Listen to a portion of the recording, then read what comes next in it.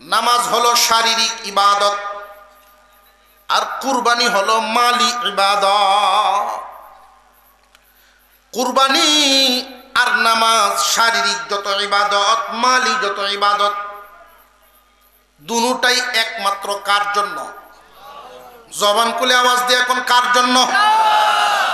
অথচ কুরবানি এমনও দেনেওয়ালা আছে গুস্তু কাটে আর কয় আগামীতে বুঝায়াম কুরবানি কারে কয় ফ্রিজ দিয়ে এনে লই,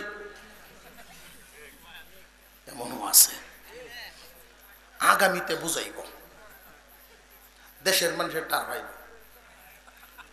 এখলাস যদি ঠিক না থাকে, গাবতলি যে বড় বড় গরু আইয়ের নাম তো না বাদশা, টাইগার, টাক দেয় না যদি কুরবানি দেন লাভ নাই। এখলাস ঠিক রেখে ছাগল কুরবানি দিলেন, মিজানে যখন উঠানো হবে বড় গরুটা এখলাস না থাকার কারণে তুলার বস্তার মতো হবে, আর ওই ছাগলটাই এখলাস থাকার কারণে পাথরের ন্যায় ওজন হবে। নামাজ এবং কুরবানি লোক দেখানো যেন না হয়, একমাত্র হবে কার জন্য? লোক দেখাইনে নামাজ পড়ইয়া আছে না নাই? লোক দেখাইনে কুরবানি করইয়াও আছে না নাই? খুব সাবধান।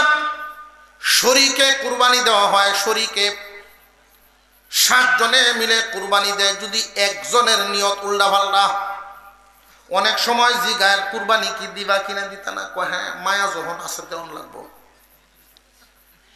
আল্লাহর জন্য না মায়ার লাগে? কেউর উত্তর এমন, আবুদু আছে ছায়া থাকবো অন্য, এটা আবুদুদের কুরবানি দেয়। কথা বুঝে আসতেছে? কেউ কইব শর্ম হচ্ছে এরা কুরবানি দিলাম না, এবার নতুন আত্মীয় করছি, এরা শুনলে কি তা কইব।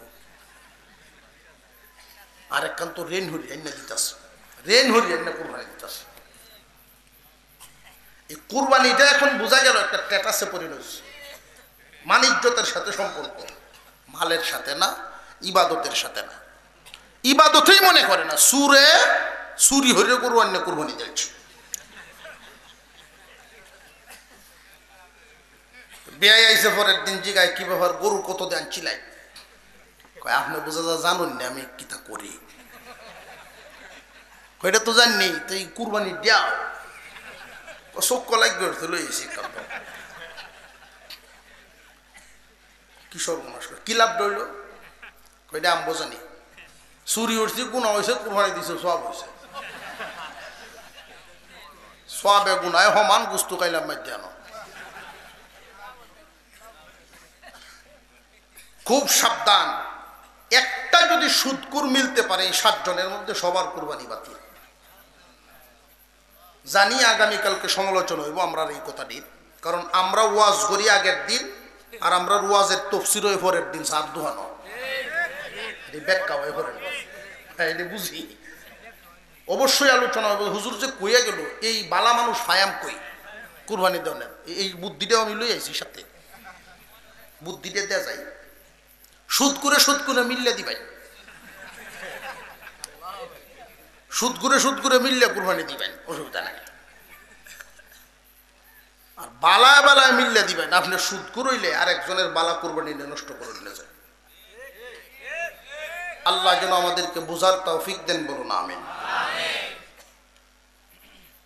এশার নামাজ হবে, এশার নামাজের পরে একের পর এক আজকে আপনারা দেখতে পাচ্ছেন, বিশেষ করে সবার উপরে যার নাম হযরতুল আল্লামা হযরত মাওলানা ডক্টর আফম খালিদ হুসেন সাহেব, নান্দাইলে আছেন উনি, সময় মতো উনি চলে আসবেন।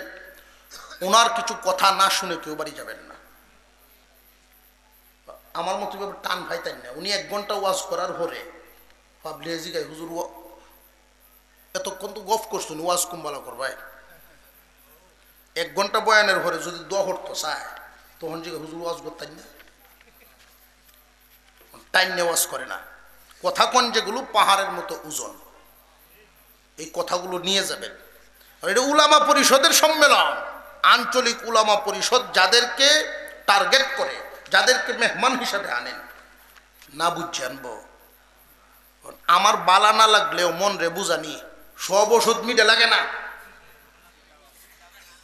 সব ওষুধ মিলে হইতো না, কিছু তিতাও মাঝে মাঝে খাওয়ান, পেট পরিষ্কার হইব, এটা আত্মা সাফ হওয়ার জন্য। আল্লাহ পাক আমাদেরকে বুঝার, অংশগ্রহণ করার তৌফিক দেন, বলুন আমিন। ওয়া আখিরু দাওয়ানা আনিল হামদুলিল্লাহি রাব্বিল আলামিন। আসসালামু আলাইকুম ওয়া রাহমাতুল্লাহ।